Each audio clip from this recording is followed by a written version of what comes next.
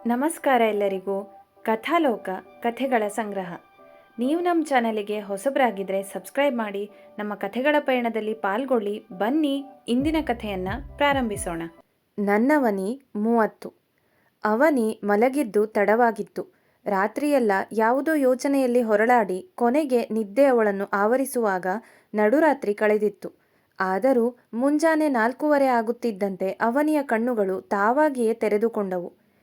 ಕೇವಲ 3 ಇಲ್ಲವೇ 4 ಗಂಟೆಗಳ ನಿದ್ದೆಯಷ್ಟೆ.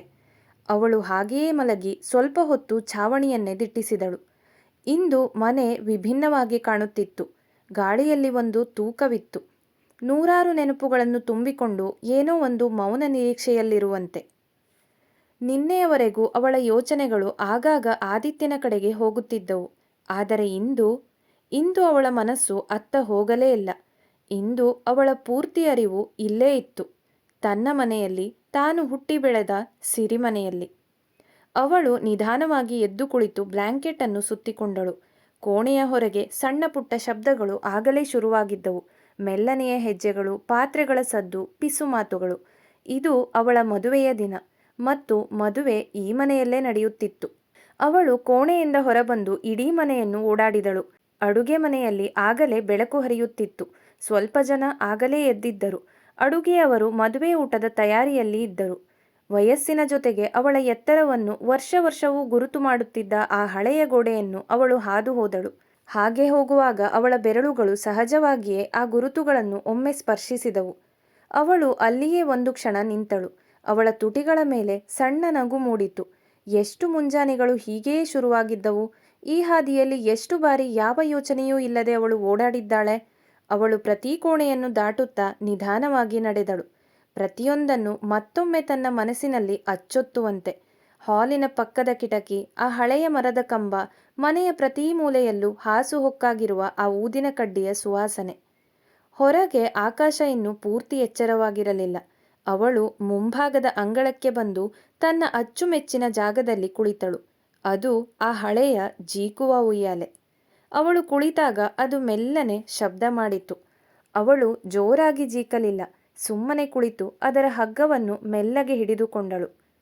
ಮನೆ ಅವಳ ಸುತ್ತ ಮೌನವಾಗಿ ಆದರೆ ಜೀವಂತವಾಗಿ ನಿಂತಿತ್ತು. ಈ ಜಾಗ ಅವಳು ಬೆಳೆದಿದ್ದನ್ನು, ನಕ್ಕಿದ್ದನ್ನು, ಅತ್ತಿದ್ದನ್ನು, ಹಠ ಮಾಡಿದ್ದನ್ನು ಮತ್ತು ಕನಸು ಕಂಡಿದ್ದನ್ನು ಎಲ್ಲವನ್ನೂ ಕಂಡಿದೆ. ಮತ್ತು ಇಂದು ಅವಳು ಉಗುಳು ನುಂಗಿದಳು. ಅದು ಖಂಡಿತ ಬೇಸರವಲ್ಲ, ಭಯವೂ ಅಲ್ಲ. ಒಂದೇ ಬಾರಿಗೆ ಅತಿ ಹೆಚ್ಚು ನೆನಪುಗಳನ್ನು ಎದೆಯಲ್ಲಿ ತುಂಬಿಕೊಂಡಾಗ ಆಗುವ ಒಂದು ಮಧುರವಾದ ಭಾರ ಅಷ್ಟೆ. ಒಳಗಿನಿಂದ ಮಾತುಗಳು ಕೇಳಿಸಿದವು. ಅವನಿ ಆಗ್ಲೇ ಎದ್ದಿದ್ದಾಳೆ, ಯಾರೋ ಹೇಳಿದರು. ಅವಳಿಗೆ ಬೇಗ ರೆಡಿಯಾಗೋಕೆ ಹೇಳು, ಸ್ನಾನಕ್ಕೆ ಹೋಗೋಕೆ ಹೇಳು, ಮತ್ತೊಬ್ಬರ ದನಿ ಉತ್ತರಿಸಿತು. ಒಂದು ಕ್ಷಣದ ನಂತರ ಯಾರೋ ಕರೆದರು. ಅವನಿ, ಆಗ್ಲೇ ಎದ್ದಿದೀಯಾ? ಹೋಗು ಪುಟ್ಟ, ರೆಡಿಯಾಗು. 10 ನಿಮಿಷದಲ್ಲಿ ಬರ್ತೀನಿ, ಮೆಲ್ಲಗೆ ಹೇಳಿದಳು. ಅವಳು ಮತ್ತೊಮ್ಮೆ ಆ ಮನೆಯ ಕಡೆಗೆ ದೃಷ್ಟಿ ಹರಿಸಿದಳು. 10 ನಿಮಿಷ ಅವಳು ಕಣ್ಣು ಮುಚ್ಚಿಕೊಂಡಳು. ನೆನಪುಗಳು ಸರಾಗವಾಗಿ ಹರಿಯತೊಡಗಿದವು. ಈ ಗೋಡೆಗಳ ನಡುವೆ ಪ್ರತಿಧ್ವನಿಸಿದ ಅವಳ ಬಾಲ್ಯದ ನಗು, ಅಮ್ಮ ಕರೆದ ದನಿ, ಸಂಜೆಗಳಲ್ಲಿ ಸುಮ್ಮನೆ ಕುಳಿತುಕೊಳ್ಳುತ್ತಿದ್ದ ಅಪ್ಪ, ಹಬ್ಬಗಳು, ಅಷ್ಟೇನೂ ಮುಖ್ಯವಿಲ್ಲದಿದ್ದರೂ ಇಂದು ಅಮೂಲ್ಯವಾಗಿ ಕಾಣುತ್ತಿರುವ ಆ ಸಾಮಾನ್ಯ ದಿನಗಳು. ಕಣ್ಣುಗಳು ತೇವವಾದವು. ಒಮ್ಮೆ 2ನೇ ಬಾರಿ ಕಣ್ಣು ಮಿಟುಕಿಸಿದಳು. ಆದರೂ ಒಂದು ಹನಿ ಕಣ್ಣೀರು ಕೆನ್ನೆಯ ಮೇಲೆ ಜಾರಿಯೇ ಬಿಟ್ಟಿತು. ಅವಳು ಅದನ್ನು ತಕ್ಷಣ ಒರೆಸಿಕೊಂಡಳು, ಯಾರಿಗೂ ಕಾಣದಂತೆ. ಅದು ದುಃಖವಲ್ಲ ಎಂದು ತನ್ನನ್ನು ತಾನು ಸಮರ್ಥಿಸಿಕೊಳ್ಳುವಂತೆ. ಇದು ನೋವಲ್ಲ, ಇದು ಪ್ರೀತಿ. ತನ್ನದೇ ಆಗಿದ್ದ ಆ ಮನೆಯ ಮೇಲಿನ ಅಗಾಧವಾದ ಪ್ರೀತಿ. ಅವಳು ದೀರ್ಘವಾಗಿ ಉಸಿರು ಬಿಟ್ಟು ತನ್ನನ್ನು ತಾನು ಸುಧಾರಿಸಿಕೊಂಡು ಎದ್ದು ನಿಂತಳು. ಅವಳು ಎದ್ದ ನಂತರವೂ ಉಯ್ಯಾಲೆ ಮೆಲ್ಲನೆ ಜೀಕುತ್ತಿತ್ತು, ಯಾವುದೋ ಒಂದು ಮೌನ ವಿದಾಯ ಹೇಳುತ್ತಿರುವಂತೆ. ಕೊನೆಯದಾಗಿ ಒಮ್ಮೆ ಸುತ್ತಲೂ ಕಣ್ಣಾಡಿಸಿ ಅವನಿ ಮನೆಯ ಒಳಗೆ ಹೆಜ್ಜೆ ಇಟ್ಟಳು. ಸಮಯ ಬಂದಿತ್ತು. ಮದುವೆ. ಮಲೆನಾಡಿನ ಆ 2ನೇ ದಿನದ ಮುಂಜಾನೆ ಹೊಸ ಸಂಭ್ರಮವನ್ನು ಹೊತ್ತು ತಂದಿತ್ತು. ಅವನಿಯ ಮನೆ ತಳಿರು ತೋರಣಗಳಿಂದ ಸಿಂಗಾರಗೊಂಡು ನಳನಳಿಸುತ್ತಿತ್ತು. ಬಾಗಿಲ ಎದುರು ಅಚ್ಚುಕಟ್ಟಾಗಿ ಹಾಕಿದ್ದ ರಂಗೋಲಿ ಅತಿಥಿಗಳನ್ನು ಸ್ವಾಗತಿಸುತ್ತಿದ್ದರೆ, ಮನೆಯ ಅಂಗಳದಲ್ಲಿ ಹಾಕಿದ್ದ ಶಾಮಿಯಾನ ಮತ್ತು ಮದುವೆ ಮಂಟಪ ಮದುವೆಯ ಮೆರುಗನ್ನು ಹೆಚ್ಚಿಸಿತ್ತು. ಇನ್ನೇನು ಸ್ವಲ್ಪ ಸಮಯದಲ್ಲಿ ವರನ ಕಡೆಯವರು ಬರುವುದು ಎಂದು ಹೇಳಿದ್ದರು. ಸ್ಮಿತಾ ಮತ್ತು ಪಾವನಿ ಅವನಿಯನ್ನು ಆಗಲೇ ರೆಡಿ ಮಾಡಿದ್ದರು. ಕೊನೆಯಲ್ಲಿ ಸ್ವಲ್ಪ ಟಚಪ್ ಎಂದು ಮಾಡುತ್ತಿದ್ದರು. ತನ್ನ ಮದುವೆಯಲ್ಲಿ ಸರಿಯಾಗಿ ರೆಡಿಯಾಗಲು ಸಮಯ ಸಿಕ್ಕಿರಲಿಲ್ಲ. ವರನ ಕಡೆಯವರು ಬಂದರು ಎಂದು ಕೊನೆಗೆ ಗಡಿಬಿಡಿಯಲ್ಲಿ ಮಂಟಪಕ್ಕೆ ಹೋಗಿದ್ದಳು ಸ್ಮಿತಾ ಎಂದು ಅವನಿಯನ್ನು ಈಗ ಬೇಗ ರೆಡಿ ಮಾಡಿಸಿದ್ದಳು. ಸ್ಮಿತು, ನಂಗೆ ಇದೆಲ್ಲ ಬೇಡ ಅಂತ ಇತ್ತು. ಒತ್ತಾಯ ಮಾಡಿ ಮೆಹಂದಿ, ಮೇಕಪ್, ಹೇರ್ ಸ್ಟೈಲ್ ಎಲ್ಲ ಮಾಡಿದ್ದೀರಾ. ಎಷ್ಟು ಕಿರಿಕಿರಿ ಆಗ್ತಾ ಇದೆ ಗೊತ್ತಾ? ಮುಖ ಊದಿಸಿಕೊಂಡು ಹೇಳಿದ್ದಳು ಅವನಿ. ಅವನಿ, ನೋಡು, ಈ ಕಾಲದಲ್ಲಿ ಮೇಕಪ್, ಹೇರ್ ಸ್ಟೈಲ್ ಎಲ್ಲ ತುಂಬ ಮುಖ್ಯ. ನೀನು ಪರ್ಫೆಕ್ಟಾಗಿ ಕಾಣಬೇಕು, ಫೋಟೋಸ್ ಚೆನ್ನಾಗಿ ಬರಬೇಕು ಎಂದಳು ಸ್ಮಿತಾ. ಅಯ್ಯೋ ಆಯಿತು, ಮತ್ತೆ ಶುರು ಮಾಡಬೇಡ. ನಂಗೆ ತಲೆನೋವು ಬರದೇ ಇದ್ದರೆ ಸಾಕು ಸಂಜೆ ತನಕ. ಅದೆಷ್ಟು ಸಾವಿರ ಪಿನ್ ಹಾಕಿ ಹೇರ್ ಸ್ಟೈಲ್ ಮಾಡಿದೀಯಾ ಎಂದಳು ಅವನಿ. ಅವನಿಯ ಅಲಂಕಾರ ಮುಗಿದಿತ್ತು. ಅವನಿ ತನ್ನ ಕೈಗಳನ್ನು ಬಿಡಿಸಿ ದಿಟ್ಟಿಸುತ್ತಾ ಕುಳಿತಿದ್ದಳು. ಅವಳ ಮೃದು ಹಸ್ತಗಳ ಮೇಲೆ ಮೆಹಂದಿಯ ಕಡು ಕಂದು ಬಣ್ಣದ ಚಿತ್ತಾರಗಳು ಚೆಂದವಾಗಿ ಮೂಡಿದ್ದವು. ತುಂಬ ಹತ್ತಿರದಿಂದ ನೋಡಿದಾಗ ಮಾತ್ರ ಕಾಣುವಂತೆ ಆ ಬಳ್ಳಿಗಳ ನಡುವೆ ಆದಿತ್ಯನ ಹೆಸರಿತ್ತು. ಯಾವತ್ತೂ ಜಗಳವಾಡುತ್ತಿದ್ದವನ ಹೆಸರು ಇವತ್ತು ತನ್ನ ಕೈ ಮೇಲೆ ಹೀಗೆ ಅಚ್ಚಾಗುತ್ತಿದೆಯಲ್ಲ ಎಂದುಕೊಂಡಾಗ ಅವಳಿಗೆ ಆಶ್ಚರ್ಯವಾಯಿತು. ಅಷ್ಟರಲ್ಲಿ ಪಾವನಿ ಮೆಲ್ಲಗೆ ಅವಳ ಹತ್ತಿರ ಬಂದು ಕೈಯನ್ನು ಎತ್ತಿ ನೋಡಿ ಕಣ್ಣು ಮಿಟುಕಿಸುತ್ತಾ, ಅಬ್ಬಾ, ಮೆಹಂದಿ ಎಷ್ಟು ಡಾರ್ಕಾಗಿ ಬಂದಿದೆ ನೋಡು ಅಕ್ಕ. ಅಂದರೆ ಭಾವನಿನ ಅಷ್ಟೇ ಗಾಢವಾಗಿ ಪ್ರೀತಿಸ್ತಾರೆ ಅಂತ ಎಂದು ರೇಗಿಸಿದಳು. ಅವನಿ ತಕ್ಷಣ ಕೈ ಎಳೆದುಕೊಂಡು, ಹೋಗೆ ಸುಮ್ಮನೆ ಇರು ಎಂದು ಮುಖ ಊದಿಸಿಕೊಂಡರೂ ಅವಳ ತುಟಿಯಂಚಿನಲ್ಲಿ ಅರಿವಿಲ್ಲದೆ ಒಂದು ಸಣ್ಣ ಮುಗುಳ್ನಗು ಅರಳಿತ್ತು. ಅವಳ ಯೋಚನೆಗಳು ಮಾತ್ರ ಅರಿವಿಲ್ಲದೆ ಮದುವೆ ಮಂಟಪದಲ್ಲಿ ಕಾಯುತ್ತಿರುವ ಆದಿತ್ಯನ ಕಡೆಗೆ ಸಾಗಿದ್ದವು. ಆದಿತ್ಯ ತನ್ನ ಮನೆಯಲ್ಲಿ ಗಣಪತಿ ಪೂಜೆ ಮುಗಿಸಿ ಬಿಳಿ ಪಂಚೆ, ಅಂಗಿ ಮತ್ತು ಕೋಟು ಧರಿಸಿ ಸಜ್ಜಾಗಿದ್ದ. ಸೊಂಟಕ್ಕೆ ವೇಷ್ಟಿ ಸುತ್ತಿ ಕೈಯಲ್ಲಿ ವರಗಾಯಿ ಹಿಡಿದು ದಿಬ್ಬಣದೊಂದಿಗೆ ಅವನಿಯ ಮನೆಗೆ ಬಂದ. ಮನೆಯ ಬಾಗಿಲಲ್ಲಿ ಆದಿತ್ಯನ ಅತ್ತೆ ಬಾಸಿಂಗ ಕಟ್ಟಿದರು. ಅವನಿಯ ತಾಯಿ ಹಾಗೂ ಮುತ್ತೈದೆಯರು ಆರತಿ ಎತ್ತಿ ವರನ ಪಾದ ತೊಳೆದು ಹಾಲು ಹಣ್ಣು ನೀಡಿ ಸಂಪ್ರದಾಯದಂತೆ ಸ್ವಾಗತಿಸಿದರು. ಪುರೋಹಿತರ ಮಂತ್ರಘೋಷದ ನಡುವೆ ಆದಿತ್ಯನನ್ನು ಮಂಟಪಕ್ಕೆ ಬರಮಾಡಿಕೊಂಡು ಕುಳ್ಳಿರಿಸಲಾಯಿತು. ಮಂಟಪದಲ್ಲಿ ವರಪೂಜೆ ನಡೆಯಿತು. ಅವನಿಯ ತಂದೆ ತಾಯಿ ಆದಿತ್ಯನ ಪಾದ ತೊಳೆದು ಪೂಜೆ ಮಾಡಿ ಮಧುಪರ್ಕ ನೀಡಿದರು. ಇತ್ತ ಅವನಿ ರೇಷ್ಮೆ ಸೀರೆ ಉಟ್ಟು ಸರ್ವಾಲಂಕಾರಳಾಗಿ ಗೌರಿ ಪೂಜೆ ಮಾಡುತ್ತಿದ್ದಳು. ಅತ್ತೆ ಮನೆಯ ಸೀರೆ ಮತ್ತು ಫಲ ತಾಂಬೂಲ ಪಡೆದು ಬಾಗಿನ ನೀಡುವ ಶಾಸ್ತ್ರ ಮುಗಿಸಿದಳು. ಮಂಟಪಕ್ಕೆ ಹೊರಡುವ ಮುನ್ನ ಅವಳಿಗೆ ಸೊಂಟಕ್ಕೆ ವೇಷ್ಟಿ ಸುತ್ತಿ ತಲೆಗೆ ತೊಂಡಿಲು ಕಟ್ಟಿ ರೆಡಿ ಮಾಡಿದರು. ಮಂಟಪಕ್ಕೆ ಹೊರಡಲು ಸಿದ್ಧಳಾಗಿ ನಿಂತಿದ್ದ ಅವನಿ ಕೆಂಪು ರೇಷ್ಮೆ ಸೀರೆ ಮತ್ತು ಹಸಿರು ಬಣ್ಣದ ಕುಪ್ಪಸದಲ್ಲಿ ಅಪ್ಪಟ ಮಲೆನಾಡಿನ ವಧುವಿನಂತೆ ಕಂಗೊಳಿಸುತ್ತಿದ್ದಳು. ತಲೆಗೆ ಕಟ್ಟಿದ ಆ ಚಿನ್ನದ ಬಣ್ಣದ ಬಾಸಿಂಗ ಅವಳ ಮುಖದ ಕಳೆಯನ್ನು ಇಮ್ಮಡಿಗೊಳಿಸಿತ್ತು. ಕೈಯಲ್ಲಿ ಹೂವಿನ ಮಾಲೆ ಹಿಡಿದು ದೇವರಿಗೆ ನಮಸ್ಕರಿಸಲು ನಿಂತಿದ್ದ ಅವಳನ್ನು ನೋಡಿದರೆ ಆ ಹಳೆಯ ಜಗಳಗಂಟಿ ಅವನಿ ಇವಳೇನಾ ಎಂಬಂತೆ ಒಂದು ಕ್ಷಣ ಭ್ರಮೆಯಾಗುತ್ತಿತ್ತು. ಅಷ್ಟು ಪ್ರಶಾಂತವಾಗಿ ಕಾಣುತ್ತಿದ್ದಳು ಅವಳು. ದೇವರಿಗೆ ನಮಸ್ಕರಿಸಿದ ನಂತರ ಅವಳನ್ನು ಸೋದರ ಮಾವ ಮಂಟಪಕ್ಕೆ ಕರೆತಂದರು. ವರಮಾಲೆ. ಮಂಟಪದಲ್ಲಿ ಈಗ ಶುಭ ಮುಹೂರ್ತದ ಸಮಯ. ಆದಿತ್ಯ ಅವನಿಯ ಮನೆಯಲ್ಲಿ ಕೊಟ್ಟ ಹೊಸ ಉಡುಪನ್ನು ಧರಿಸಿ ಕೈಯಲ್ಲಿ ಹೂಮಾಲೆ ಹಿಡಿದು ಅವನಿಯ ನಿರೀಕ್ಷೆಯಲ್ಲಿ ನಿಂತಿದ್ದ. ವಧು ಅವನಿ ಪೂರ್ವಾಭಿಮುಖವಾಗಿ, ವರ ಆದಿತ್ಯ ಪಶ್ಚಿಮಾಭಿಮುಖವಾಗಿ ಪರಸ್ಪರ ಎದುರಾಗಿ ನಿಂತರು. ಇಬ್ಬರ ನಡುವೆ ಬಿಳಿ ಬಣ್ಣದ ಅಂತರಪಟವನ್ನು ಹಿಡಿಯಲಾಗಿತ್ತು. ಪುರೋಹಿತರು ಗೋತ್ರ ಪ್ರವರ ಮತ್ತು ಮಂಗಳಾಷ್ಟಕ ಮಂತ್ರಗಳನ್ನು ಪಠಿಸುತ್ತಿದ್ದಂತೆ ಇಡೀ ಸಭೆಯಲ್ಲಿ ಒಂದು ರೀತಿಯ ದಿವ್ಯ ಮೌನ ಆವರಿಸಿತು. ಅವನಿ ಮತ್ತು ಆದಿತ್ಯ ಇಬ್ಬರ ಮನಸ್ಸಿನಲ್ಲೂ ಅದೇನೋ ತಳಮಳ. ಕಾಲೇಜಿನ ಕಾರಿಡಾರ್ಗಳು, ಜಗಳಗಳು, ಇತ್ತೀಚಿನ ಮಾತುಗಳು, ಮೌನಗಳು, ಹೀಗೆ ಒಬ್ಬರಿಗೊಬ್ಬರು ವರ್ಷಗಳಿಂದ ಪರಿಚಿತರು. ಆದರೆ ಇಂದು ಅಲ್ಲಿ ನಿಂತಿರುವಾಗ ಏನೋ ಒಂದು ವ್ಯತ್ಯಾಸವಿತ್ತು. ಅಷ್ಟರಲ್ಲಿ ಪುರೋಹಿತರ ಶಾಂತಧ್ವನಿ ಆ ಮೌನವನ್ನು ಕೊನೆ ಮಾಡಿತು. ಈಗ ಅಂತರಪಟ ತೆಗೆದಾಗ ಒಬ್ರನ್ನೊಬ್ರು ಇದೇ ಮೊದಲ ಬಾರಿ ನೋಡ್ತಿರುವಂತೆ ನೋಡಿ ಎಂದಾಗ ಅಂತರಪಟ ಕೆಳಗೆ ಸರಿಯಿತು. ಇಬ್ಬರ ಕಣ್ಣುಗಳು ಪರಸ್ಪರ ಸಂಧಿಸಿದವು. ಆದಿತ್ಯನ ಮನಸ್ಸಿನಲ್ಲಿ ಕಾಲೇಜಿನ ಮೊದಲ ದಿನ ಕಾರಿಡಾರಲ್ಲಿ ನಿಂತು ಜಗಳವಾಡಿದ್ದ ಅವನಿ, ಅವನ ಹಠಮಾರಿ ಅವನಿ, ಕಷಾಯದ ಕುವರಿ ಕಣ್ಣ ಮುಂದೆ ಬಂದಿದ್ದರೆ, ಇತ್ತ ಅವನಿ, ಅವತ್ತು ಪಾವನಿ ಹೇಳ್ದಾಗೆ ಇವ್ರು ನಿಜವಾಗೂ ಈಗ ಚಂದ ಆಗಿದ್ದಾರೆ. ಇಷ್ಟು ದಿನ ನಾನು ಇದ್ರ ಬಗ್ಗೆ ಯೋಚನೆ ಮಾಡೇ ಇರಲಿಲ್ಲ. ಜಗಳಗಂಟ ಆದಿತ್ಯ ಎಂದುಕೊಂಡವಳಿಗೆ ಮನಸ್ಸಿನಲ್ಲೇ ನಗು ಬಂದಿತ್ತು. ಅಕ್ಕ, ನೋಡಿದ್ ಸಾಕು, ಈಗ ಮಾಲೆ ಹಾಕು, ಆಮೇಲೆ ಭಾವನ್ ನೋಡೋಕೆ ನಿಂಗೆ ಬೇಕಾದಷ್ಟು ಸಮಯ ಇದೆ ಎಂದು ಮೆಲ್ಲಗೆ ಪಾವನಿ ತಿವಿದಾಗ ವಾಸ್ತವಕ್ಕೆ ಬಂದಿದ್ದಳು ಅವನಿ. ಮೆಲ್ಲನೆ ಆದಿತ್ಯನಿಗೆ ವರಮಾಲೆ ಹಾಕಿದ್ದಳು. ನಂತರ ಅವನೂ ಕೂಡ ಮಂದಹಾಸದಿಂದ ಅವನಿಯ ಕೊರಳಿಗೆ ವರಮಾಲೆ ಹಾಕಿದ್ದ. ಕನ್ಯಾದಾನ. ದಾನಗಳಲ್ಲಿಯೇ ಶ್ರೇಷ್ಠವಾದ ದಾನ ಕನ್ಯಾದಾನ ಎಂದು ಹೇಳಲಾಗುತ್ತದೆ. ಕನ್ಯಾದಾನಕ್ಕೆ ತಂದೆಯು ಮುಖ್ಯ ಕರ್ತೃವೂ ಆಗಿರುತ್ತಾನೆ. ಮಂಟಪದಲ್ಲಿ ಆದಿತ್ಯ ಮತ್ತು ಅವನಿ ಪರಸ್ಪರ ಎದುರಾಗಿ ಕುಳಿತಿದ್ದರು. ಅವನಿಯ ತಂದೆ ತಾಯಿ ಆದಿತ್ಯನ ಪಾದ ತೊಳೆದು ಪೂಜೆ ಮಾಡಿದರು. ನಂತರ ಆದಿತ್ಯನ ಅಂಗೈ ಮೇಲೆ ಅವಳ ಕೈಯನ್ನು ಇರಿಸಿದಾಗ ಅವನಿಯ ತಂದೆ ತಾಯಿ ಕಲಶದಿಂದ 3 ಬಾರಿ ಧಾರೆ ಎರೆದರು. ಆ ಪವಿತ್ರ ಜಲದ ತಂಪು ಇಬ್ಬರಿಗೂ ಹೊಸ ಜವಾಬ್ದಾರಿಯ ಅರಿವು ಮೂಡಿಸುತ್ತಿತ್ತು. ಮಗಳನ್ನು ನಂಬಿಕೆಯಿಂದ ಒಪ್ಪಿಸುತ್ತಿರುವ ಆ ತಂದೆಯ ಜವಾಬ್ದಾರಿ ಆದಿತ್ಯನಿಗೆ ಅರ್ಥವಾಗಿತ್ತು. ನಾತಿಚರಾಮಿ ಎಂದಿದ್ದ ಆದಿತ್ಯ. ಅರ್ಥಾತ್ ಧರ್ಮ, ಅರ್ಥ ಮತ್ತು ಕಾಮಗಳಲ್ಲಿ ನಾನು ಇವಳನ್ನು ಎಂದಿಗೂ ಅಗಲಲಾರೆ. ಅವಳ ತುಟಿಯಂಚಿನಲ್ಲಿ ಸಣ್ಣ ನಗು ಮೂಡಿತ್ತು. ಆದಿತ್ಯ ಮನಸ್ಸಿನಲ್ಲಿ, ನಾವು ಚೆನ್ನಾಗಿರ್ತೀವಿ ಅವನಿ, ಈಗಾಗಲೇ ಚೆನ್ನಾಗಿದ್ದೀವಿ ಎಂದುಕೊಂಡ. ಕೊನೆಯಲ್ಲಿ ಬಳುವಳಿಗಳನ್ನು ನೀಡುವಾಗ ಅವನಿಯ ಕಣ್ಣಂಚು ಸ್ವಲ್ಪ ತೇವವಾಯಿತು. ಇದು ಕೇವಲ ಮಗಳನ್ನು ಇನ್ನೊಂದು ಮನೆಗೆ ಕಳಿಸಿಕೊಡುವ ಶಾಸ್ತ್ರವಾಗಿರಲಿಲ್ಲ. ಪ್ರೀತಿಯಿಂದ ಸಾಕಿದ ಜೀವವನ್ನು ಮತ್ತೊಂದು ಜೀವಕ್ಕೆ ನಂಬಿಕೆಯಿಂದ ಒಪ್ಪಿಸುವ ಸುಂದರ ಮಿಲನವಾಗಿತ್ತು. ಶಾಸ್ತ್ರ ಮುಗಿದು ಇಬ್ಬರ ಕಣ್ಣುಗಳು ಸಂಧಿಸಿದಾಗ ಅಲ್ಲಿ ಯಾವುದೇ ಮಾತುಗಳ ಅಗತ್ಯವಿರಲಿಲ್ಲ. ಮಾಂಗಲ್ಯ ಧಾರಣೆ ಮತ್ತು ಪಾಣಿಗ್ರಹಣ. ಕನ್ಯಾದಾನದ ನಂತರ ಮಂಟಪದಲ್ಲಿ ಮಾಂಗಲ್ಯ ಧಾರಣೆಯ ಶುಭ ಮುಹೂರ್ತ ಬಂದಿತ್ತು. ಹರಿವಾಣದಲ್ಲಿಟ್ಟಿದ್ದ ಮಾಂಗಲ್ಯವನ್ನು ಸಭೆಯಲ್ಲಿದ್ದ ಹಿರಿಯರ ಬಳಿ ತೆಗೆದುಕೊಂಡು ಹೋಗಿ ಅವರ ಆಶೀರ್ವಾದ ಪಡೆಯಲಾಯಿತು. ಎಲ್ಲರ ಎದುರು ಆದಿತ್ಯ ಆ ಮಂಗಳಸೂತ್ರವನ್ನು ಕೈಗೆತ್ತಿಕೊಂಡಾಗ ಅವನಿ ಮೆಲ್ಲನೆ ಕಣ್ಣೆತ್ತಿ ಅವನನ್ನು ನೋಡಿದಳು. ಆದಿತ್ಯನ ಕಣ್ಣುಗಳು ಯಾರನ್ನೋ ಹುಡುಕುತ್ತಿದ್ದವು. ಕೊನೆಗೂ ಅವರು ಕಂಡಾಗ, ಮಾಂಗಲ್ಯಂ ತಂತುನಾನೇನ ಮಮ ಜೀವನ ಹೇತುನ ಕಂಠೇ ಬದ್ನಾಮಿ ಸುಭಗೆ ತ್ವಂ ಜೀವ ಶರದಾ ಶತಂ. ನನ್ನ ಜೀವನಕ್ಕೆ ಕಾರಣವಾದ ಈ ಮಂಗಳಸೂತ್ರವನ್ನು ನಿನ್ನ ಕೊರಳಿಗೆ ಕಟ್ಟುತ್ತಿದ್ದೇನೆ, ನೀನು 100 ಕಾಲ ಸುಖವಾಗಿ ಬಾಳು ಎಂಬ ಮಂತ್ರದೊಂದಿಗೆ ಯಾವುದೇ ಧಾವಂತವಿಲ್ಲದೆ ಆದಿತ್ಯ ಅವಳ ಕೊರಳಿಗೆ 3 ಗಂಟುಗಳನ್ನು ಹಾಕಿದ್ದ. ಹಿಂದಿನ ದಿನ ಆದಿತ್ಯನ ಅಮ್ಮ ತಾನು ಬರುವುದಿಲ್ಲ, ಸುಮ್ಮನೆ ಶುಭಗಳಿಗೆಯಲ್ಲಿ ಅಪಶಕುನ ಎಂದು ಹೇಳಿದಾಗ, ಬರದೇ ಇದ್ದರೆ ಇಲ್ಲಿ ಮದುವೆ ನಡೆಯುವುದಿಲ್ಲ ಎಂದು ಹೇಳಿದ್ದ ಆದಿತ್ಯ.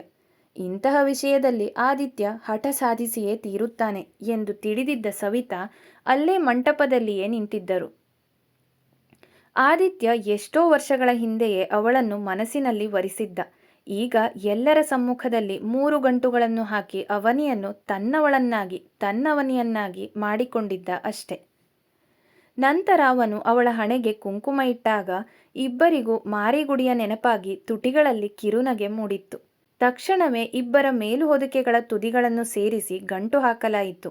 ಈ ವಸ್ತ್ರಗಂಥಿ ಬಂಧನ ಇಬ್ಬರನ್ನು ಈಗ ಅಧಿಕೃತವಾಗಿ ಒಂದು ಮಾಡಿತ್ತು.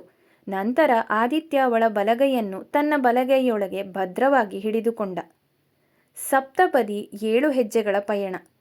ಸಪ್ತಪದಿಯು ವಿವಾಹದ ಅತ್ಯಂತ ಪವಿತ್ರವಾದ ಘಟ್ಟಗಳಲ್ಲಿ ಒಂದು. ಆದಿತ್ಯನ ಕೈ ಹಿಡಿದು ಅವನಿ 7 ಹೆಜ್ಜೆಗಳನ್ನು ಮುಂದಕ್ಕೆ ಇಡಲು ಸಿದ್ಧಳಾದಳು. ಪುರೋಹಿತರ ಮಂತ್ರಘೋಷದೊಂದಿಗೆ ಪ್ರತಿ ಹೆಜ್ಜೆಯನ್ನು ಬಲಗಾಲಿನಿಂದ ಬಹಳ ನಿಧಾನವಾಗಿ ಮತ್ತು ಜಾಗರೂಕತೆಯಿಂದ ಇಟ್ಟಳು. ಮೊದಲ ಹೆಜ್ಜೆ ಅನ್ನ ಮತ್ತು ಪೋಷಣೆಗಾಗಿ ಅವರ ಮನೆಯಲ್ಲಿ ಎಂದಿಗೂ ಕೊರತೆ ಇರದಿರಲಿ ಎಂಬ ಪ್ರಾರ್ಥನೆಯೊಂದಿಗೆ ಆರಂಭವಾಯಿತು. ಎರಡನೇ ಹೆಜ್ಜೆ ಶಕ್ತಿ ಮತ್ತು ಬಲಕ್ಕಾಗಿ, ಬದುಕಿನ ಏರಿಳಿತಗಳಲ್ಲಿ ಒಬ್ಬರಿಗೊಬ್ಬರು ಆಸರೆಯಾಗಿ ನಿಲ್ಲಲಿ ಎಂಬ ಸಂಕಲ್ಪವದು. ಮೂರನೇ ಹೆಜ್ಜೆ ಶಿಸ್ತು ಮತ್ತು ಕರ್ತವ್ಯಕ್ಕಾಗಿ, ಕೊಟ್ಟ ಮಾತಿಗೆ ಇಬ್ಬರು ಬದ್ಧರಾಗಿರಲಿ ಎಂದು ಇರಿಸಿದ ಹೆಜ್ಜೆ. ನಾಲ್ಕನೇ ಹೆಜ್ಜೆ ಸಂತೋಷ ಮತ್ತು ನೆಮ್ಮದಿಗಾಗಿ, ಅವರ ಜೀವನ ಶಾಂತಿಯುತವಾಗಿರಲಿ ಎಂಬ ಹಾರೈಕೆಯೊಂದಿಗೆ ಸಾಗಿತು. ಐದನೇ ಹೆಜ್ಜೆ ಐಶ್ವರ್ಯ ಮತ್ತು ಸಂಪತ್ತಿಗಾಗಿ, ಪರಿಶ್ರಮ ಮತ್ತು ಹಂಚಿಕೊಳ್ಳುವ ಗುಣ ಅವರದಾಗಿರಲಿ ಎಂದು ಇರಿಸಲಾಯಿತು. ಆರನೇ ಹೆಜ್ಜೆ ಆರೋಗ್ಯ ಮತ್ತು ಸುದೀರ್ಘಾಯುಷ್ಯಕ್ಕಾಗಿ, ಬದುಕಿನ ಎಲ್ಲ ಋತುಗಳು ಸುಖಕರವಾಗಿರಲಿ ಎಂದು ಪ್ರಾರ್ಥಿಸಲಾಯಿತು. ಏಳನೇ ಮತ್ತು ಅಂತಿಮ ಹೆಜ್ಜೆ ಆಧ್ಯಾತ್ಮಿಕ ಸಾಮರಸ್ಯ ಮತ್ತು ಗುರು ಹಿರಿಯರ ಆಶೀರ್ವಾದದೊಂದಿಗೆ ಅವರ ಬದುಕಿನ ಆರಂಭಕ್ಕೆ ಸಾಕ್ಷಿಯಾಯಿತು. 7 ಹೆಜ್ಜೆಗಳನ್ನು ಪೂರೈಸಿದ ನಂತರ ಆದಿತ್ಯ ಮೆಲ್ಲಗೆ ಹೇಳಿದ್ದ, ಕಷಾಯದ್ಕೋರಿ, ಇವತ್ತಿಂದ ಅಧಿಕೃತವಾಗಿ ನೀನು ನನ್ನವಳು. ಅವಳ ಮುಖದಲ್ಲಿ ನಗು ಮೂಡಿತ್ತು.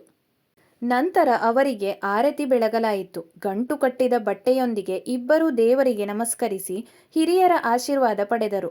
ಮಂಟಪದಲ್ಲಿ ಈಗ ಒಂದು ರೀತಿಯ ಪೂರ್ಣತೆಯ ಭಾವ ಆವರಿಸಿತ್ತು. ವಿವಾಹ ಹೋಮ. ಮದುವೆಯ ಮುಂದಿನ ಘಟ್ಟವಾಗಿ ವಿವಾಹ ಹೋಮ ಆರಂಭವಾಯಿತು. ಧಗಧಗಿಸುತ್ತಿದ್ದ ಪವಿತ್ರ ಅಗ್ನಿಗೆ ಮಂತ್ರಘೋಷಗಳ ನಡುವೆ ಆಹುತಿಗಳನ್ನು ಅರ್ಪಿಸಲಾಯಿತು. ಅವನಿ ತನ್ನ ತಂದೆಯ ಮನೆಯನ್ನು ಬಿಟ್ಟು ಪತಿಯ ಜೊತೆಗಿನ ಹೊಸ ಬದುಕಿಗೆ ಕಾಲಿಡುತ್ತಿರುವುದಕ್ಕೆ ಆ ಅಗ್ನಿಯೇ ಸಾಕ್ಷಿಯಾಗಿತ್ತು. ಸಂತಾನ ಭಾಗ್ಯ, ದೀರ್ಘಾಯುಷ್ಯ ಮತ್ತು ಸುಖಮಯ ಸಂಸಾರಕ್ಕಾಗಿ ಪ್ರಾರ್ಥನೆಗಳು ನಡೆದವು. ಅಗ್ನಿದೇವನು ಇವಳನ್ನು, ಇವಳ ಮಕ್ಕಳನ್ನು ಮತ್ತು ಈ ಹೊಸ ಸಂಸಾರವನ್ನು ಯಾವಾಗಲೂ ರಕ್ಷಿಸಲಿ ಎಂಬ ಮಂತ್ರಗಳು ಅಲ್ಲಿ ಅನುರಣಿಸಿದವು. ಅವನಿ ಮೌನವಾಗಿ ಅಗ್ನಿಯನ್ನು ಪ್ರಾರ್ಥಿಸುತ್ತಾ ತನ್ನ ಮುಂದಿನ ಬದುಕಿನ ಹೊಣೆಗಾರಿಕೆಯನ್ನು ಅರಿತುಕೊಳ್ಳುತ್ತಿದ್ದಳು. ನಂತರ ಅಶ್ಮಾರೋಹಣ ಶಾಸ್ತ್ರ ನಡೆಯಿತು. ಮಾರ್ಗದರ್ಶನದಂತೆ ಅವನಿ ಕಲ್ಲಿನ ಮೇಲೆ ಒಂದು ಕಾಲಿಟ್ಟಳು. ಜೀವನದ ಎಂತಹ ಕಷ್ಟಗಳಲ್ಲೂ ಈ ಕಲ್ಲಿನಂತೆ ನೀನು ದೃಢವಾಗಿರು, ಸಂಕಷ್ಟಗಳನ್ನು ಮೆಟ್ಟಿ ನಿಲ್ಲು ಎಂದು ಹಾರೈಸಿದರು. ಅವನಿಯ ಸೋದರ ಬಂದು ಅವಳ ಕೈಗೆ ಅರಳುಗಳನ್ನು ತುಂಬಿದಾಗ ಅವನಿ ಆ ಅಗ್ನಿಗೆ ಅರಳನ್ನು ಅರ್ಪಿಸುತ್ತಾ ಮನಸ್ಸಿನಲ್ಲೇ ಬೇಡಿಕೊಂಡಳು. ಆದಿತ್ಯ 100 ಕಾಲ ಸುಖವಾಗಿ ದೀರ್ಘಾಯುಷಿಯಾಗಿ ಬಾಳಲಿ. ಇದು ಅವಳು ಆದಿತ್ಯನಿಗಾಗಿ ಕೇಳಿಕೊಂಡಿದ್ದಲ್ಲ, ಬದಲಾಗಿ ಅವಳಿಗಾಗಿ ಕೇಳಿಕೊಂಡ ವರವಾಗಿತ್ತು. ಆದಿತ್ಯ ಕೂಡ ಅಗ್ನಿಯ ಮುಂದೆ ನಿಂತು ತನ್ನ ಪ್ರಾರ್ಥನೆಯನ್ನು ಸಲ್ಲಿಸಿದ. ದೀರ್ಘಾಯುಷ್ಯ, ಸಂತಾನ ಸುಖ ಮತ್ತು ಮುಖ್ಯವಾಗಿ ನಾವಿಬ್ಬರು ಸಮಾನ ಮನಸ್ಕರಾಗಿ ಬಾಳುವಂತೆ ಮಾಡು ಎಂದು ಬೇಡಿಕೊಳ್ಳುತ್ತಾ ಅರಳುಗಳನ್ನು ಹೋಮಕ್ಕೆ ಅರ್ಪಿಸಿದ. ಅವರಿಬ್ಬರ ಆಲೋಚನೆಗಳು, ಉದ್ದೇಶಗಳು ಒಂದೇ ಆಗಿರಲಿ ಎಂಬ ಪುರೋಹಿತರ ಹಾರೈಕೆ ಅಲ್ಲಿನ ವಾತಾವರಣಕ್ಕೆ ಹೊಸ ಚೈತನ್ಯ ನೀಡಿತು. ಕೊನೆಯಲ್ಲಿ ಅವನಿ 5 ಸುಮಂಗಲೆಯರಿಗೆ ಬಾಗಿನ ನೀಡಿ ಅವರ ಆಶೀರ್ವಾದ ಪಡೆದಳು. ಹೋಮದ ಜ್ವಾಲೆ ನಿಶ್ಚಲವಾಗಿ ಉರಿಯುತ್ತಿದ್ದರೆ ಇಬ್ಬರು ಒಬ್ಬರಿಗೊಬ್ಬರು ಪೂರಕವಾಗಿ ಬದುಕುವ ಮೌನ ವಾಗ್ದಾನ ಮಾಡಿದ್ದರು. ಯಾವುದೇ ಆಡಂಬರ, ಅಬ್ಬರದ ಶಬ್ದಗಳಿರಲಿಲ್ಲ. ಶಾಂತವಾಗಿ ಆದಿತ್ಯ ಮತ್ತು ಅವನಿ ಹೊಸ ಬದುಕಿಗೆ ಕಾಲಿಟ್ಟಿದ್ದರು. ಮದುವೆಯ ಮುಖ್ಯ ಶಾಸ್ತ್ರಗಳೆಲ್ಲ ಮುಗಿದ ನಂತರ ಆದಿತ್ಯ ಮತ್ತು ಅವನಿ ಮಂಟಪದಿಂದ ಹೊರಗೆ ಬಂದರು. ಪುರೋಹಿತರು ಅವರಿಗೆ ಆಕಾಶದಲ್ಲಿ ಸಪ್ತರ್ಷಿ ಮಂಡಲದ ವಸಿಷ್ಠ ನಕ್ಷತ್ರದ ಪಕ್ಕದಲ್ಲಿರುವ ಆ ಪುಟ್ಟ ಅರುಂಧತಿ ನಕ್ಷತ್ರವನ್ನು ನೋಡಲು ಹೇಳಿದರು. ವೇದ ಪರಂಪರೆಯ ಮೂಲಗಳಾದ ಕಶ್ಯಪ, ವಸಿಷ್ಠ, ಅತ್ರಿ ಮುಂತಾದ 7 ಮಹರ್ಷಿಗಳ ಸ್ಮರಣಾರ್ಥವಾಗಿರುವ ಈ ನಕ್ಷತ್ರಗಳು ದಂಪತಿಗಳ ಮೇಲೆ ದೊಡ್ಡ ಜವಾಬ್ದಾರಿ ಇರುವುದನ್ನು ನೆನಪಿಸುತ್ತಿದ್ದವು. ಧ್ರುವ ನಕ್ಷತ್ರದಂತೆ ನಮ್ಮ ಬದುಕು ಸ್ಥಿರವಾಗಿರಲಿ ಮತ್ತು ಅರುಂಧತಿಯಂತೆ ಸಂಬಂಧದಲ್ಲಿ ಅಚಲವಾದ ನಿಷ್ಠೆ ಇರಲಿ ಎನ್ನುವ ಮೌನ ಪ್ರಾರ್ಥನೆ ಅವರಿಬ್ಬರದ್ದಾಗಿತ್ತು. ಯಾವ ನಕ್ಷತ್ರವೂ ಅಲ್ಲಿ ಕಾಣಿಸಲಿಲ್ಲ, ಆದರೆ ಫೋಟೋ ಮಾತ್ರ ಚೆನ್ನಾಗಿ ಬಂದಿತ್ತು ಅಷ್ಟೆ. ನಂತರ ಅವರಿಬ್ಬರಿಗೂ ಆರತಿ ಮಾಡಲಾಯಿತು. ಇಬ್ಬರೂ ಪುರೋಹಿತರಿಗೆ ಫಲತಾಂಬೂಲ ನೀಡಿ ಆಶೀರ್ವಾದ ಪಡೆದರು. ಮದುವೆಯ ವೈದಿಕ ಕಾರ್ಯಗಳು ಇಲ್ಲಿಗೆ ಮುಕ್ತಾಯವಾಗಿ ಎಲ್ಲರೂ ಭೋಜನಕೂಟದತ್ತ ಹೆಜ್ಜೆ ಹಾಕಿದರು. ಊಟದ ನಂತರ ಮದುವೆ ಮನೆಯ ವಾತಾವರಣ ಸ್ವಲ್ಪ ನಿರಾಳವಾಯಿತು. ಮದುವೆಯ ವಿಧಿಗಳೆಲ್ಲ ಮುಗಿದು ಮಧ್ಯಾಹ್ನ ಕಳೆದು ಸಂಜೆಯ ಹೊತ್ತಿಗೆ ಮಂಟಪದ ಗಾಂಭೀರ್ಯವೆಲ್ಲ ಕಡಿಮೆಯಾಗಿ ಒಂದು ರೀತಿಯ ನಿರಾಳತೆ ಆವರಿಸಿತ್ತು. ಆದರೆ ಆ ನಿಶ್ಶಬ್ದ ಹೆಚ್ಚು ಹೊತ್ತು ಉಳಿಯಲಿಲ್ಲ. ಕೊನೆಯ ಆರತಿ ಮುಗಿದು ಉಡುಗೊರೆ ಸಂಭ್ರಮ ಎಲ್ಲ ಒಂದಿಷ್ಟು ಮುಗಿದ ತಕ್ಷಣ ಫೋಟೋಗ್ರಾಫರ್ ತನ್ನ ಕ್ಯಾಮರಾ ಹಿಡಿದು ಉತ್ಸಾಹದಿಂದ ಪ್ರತ್ಯಕ್ಷನಾಗಿದ್ದ.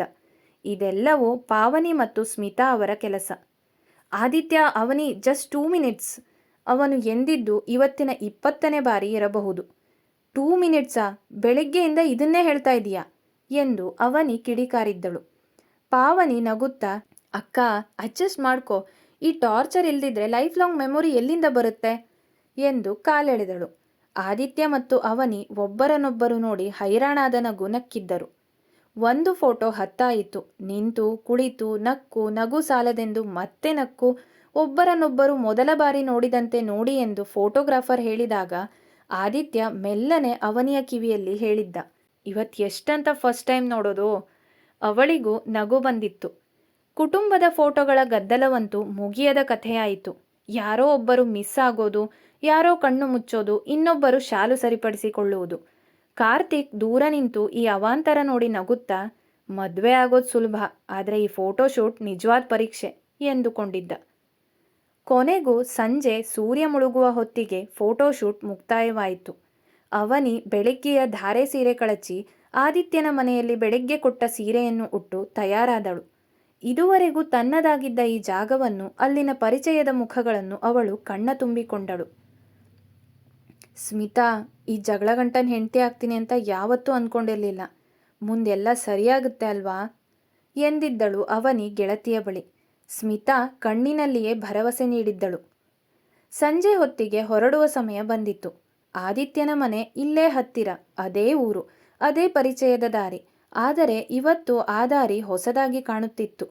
ಇವತ್ತು ಅವಳು ಅಲ್ಲಿಗೆ ಅತಿಥಿಯಾಗಿ ಹೋಗುತ್ತಿಲ್ಲ, ಆದಿತ್ಯನ ಹೆಂಡತಿಯಾಗಿ, ಆ ಮನೆಯ ಸೊಸೆಯಾಗಿ ಮೊದಲ ಹೆಜ್ಜೆ ಇಡುತ್ತಿದ್ದಾಳೆ. ಕಾರಿನ ಸೀಟಿನ ಮೇಲೆ ಇರಿಸಿದ್ದ ಅವಳ ಕೈಗಳು ತನ್ನನ್ನು ತಾನು ಸ್ಥಿರವಾಗಿರಿಸಿಕೊಳ್ಳಲು ಆ ಸೀಟನ್ನು ಗಟ್ಟಿಯಾಗಿ ಹಿಡಿದುಕೊಂಡಿದ್ದವು. ನಂಗೆ ಈ ಜಾಗ ಗೊತ್ತು, ಇವರೂ ಗೊತ್ತು, ಆದರೆ ಇವತ್ತು ನಾನಿಲ್ಲಿ ಹೆಂಡ್ತಿಯಾಗಿ ಕಾಲಿಡ್ತಿದ್ದೀನಿ. ಪ್ರತಿಯೊಂದು ಎಷ್ಟು ಹೊಸದಾಗಿ ಅನಿಸ್ತಿದೆ ಎಂಬ ಆಲೋಚನೆ ಅವಳಲ್ಲಿ ಮೂಡಿತ್ತು. ಅವಳ ಈ ಸಣ್ಣ ಹಿಂಜರಿಕೆಯನ್ನು ಗಮನಿಸಿದ ಆದಿತ್ಯ ಮೆಲ್ಲನೆ ಅವಳ ಕೈ ಮುಟ್ಟಿ, ಹೇಯ್, ಆರಾಮಾಗಿದೆಯಾ ಎಂದು ಕೇಳಿದ. ನಾನು ನಿನ್ನ ಜೊತೆ ಇದ್ದೀನಿ ಅವನಿ, ಯಾವಾಗಲೂ ಇರ್ತೀನಿ ಎಂದಿದ್ದ. ಅವನಿ ಮೆಲ್ಲನೆ ತಲೆಯಾಡಿಸಿದಳು. ಅವಳ ತುಟಿಯಲ್ಲಿ ಸಣ್ಣ ನಗು ಮೂಡಿತ್ತು. ಇವರು ಇಲ್ಲೇ ಇದ್ದಾರೆ, ಏನೂ ಬದಲಾಗಿಲ್ಲ, ಆದರೂ ಎಲ್ಲ ಬದಲಾಗ್ತಿದೆ ಅವಳು ಅಂದುಕೊಂಡಳು. ಕಾರಿನ ವೇಗ ಕಡಿಮೆಯಾಯಿತು. ಮನೆ ಬಂದಿತ್ತು. ಅವನಿ ದೀರ್ಘವಾಗಿ ಉಸಿರು ಬಿಟ್ಟು ಆ ಕ್ಷಣದ ತೂಕವನ್ನು ಅನುಭವಿಸಿದಳು. ಕಾತರ, ಆತಂಕ ಮತ್ತು ಒಂದು ಬೆಚ್ಚನೆಯ ಅನುಭವ ಏಕಕಾಲಕ್ಕೆ ಅವಳನ್ನು ಆವರಿಸಿತು. ಆದಿತ್ಯ ಅವಳ ಕೈಯನ್ನು ಮೆಲ್ಲಗೆ ಒತ್ತಿ, ಬಾ ಹೋಗೋಣ ಎಂದಿದ್ದ. ಸಂಚಿಕೆ ಸ್ವಲ್ಪ ದೊಡ್ಡದಾಗಿರ್ಬೋದು, ಆದರೆ ಇದರಲ್ಲಿನ ಪ್ರತಿಯೊಂದು ಶಾಸ್ತ್ರ ಮತ್ತು ಅದರ ಹಿಂದಿನ ಭಾವನೆಗಳು ನಿಮ್ಮ ಮನಸ್ಸಿಗೆ ತಲುಪಿದೆ ಅಂತ ಭಾವಿಸ್ತೀನಿ. ಈ ಮದುವೆ ಸಂಭ್ರಮ ನಿಮ್ಗೆ ಹೇಗೆ ಅನಿಸ್ತು ಅನ್ನೋದನ್ನು ತಪ್ಪದೇ ಕಮೆಂಟಲ್ಲಿ ತಿಳಿಸಿ. ನಿಮ್ಮ ಪ್ರತಿಕ್ರಿಯೆಯೇ ನಂಗೆ ಮುಂದಿನ ಭಾಗಗಳನ್ನು ಬರೆಯೋಕೆ ಸ್ಫೂರ್ತಿ. ಮುಂದಿನ ಸಂಚಿಕೆಯಲ್ಲಿ ನಂದಿ ಬೈಲಿನ ಹಸರಿನ ನಡುವೆ ಅವಳನ್ನು ಆ ಮನೆಯವರು ಹೇಗೆ ಬರಮಾಡಿಕೊಳ್ತಾರೆ, ಗೃಹ ಪ್ರವೇಶದ ಸಂಭ್ರಮ ಹೇಗಿರುತ್ತೆ, ಮತ್ತು ಅವನಿಯನ್ನು ಎಷ್ಟು ಗೋಳು ಹೊಯ್ಕೊಳ್ತಾರೆ ಅನ್ನೋದನ್ನು ನೋಡೋಣ. Thank you.